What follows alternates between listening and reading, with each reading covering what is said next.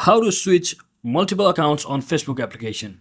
So hello guys, welcome back to my YouTube channel. In this quick tutorial I'll be showing you how you can easily switch between the multiple accounts on Facebook application. So first thing, just head over to your Facebook application and make sure you have successfully logged into your first primary account. So if you want to change to different accounts, then in that case what you can do is just tap on this hamburger icon or the profile icon at the top right corner, just like this. And once you're inside here, scroll all the way down, or you can also tap on this drag down button over here.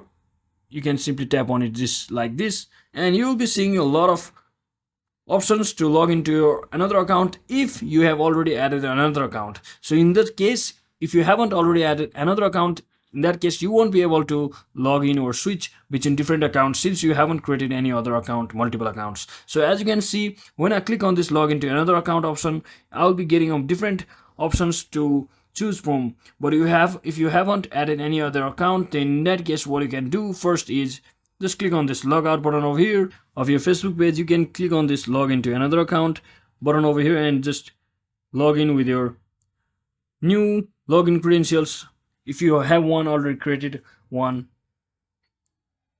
or you can also create a new account from over here as well.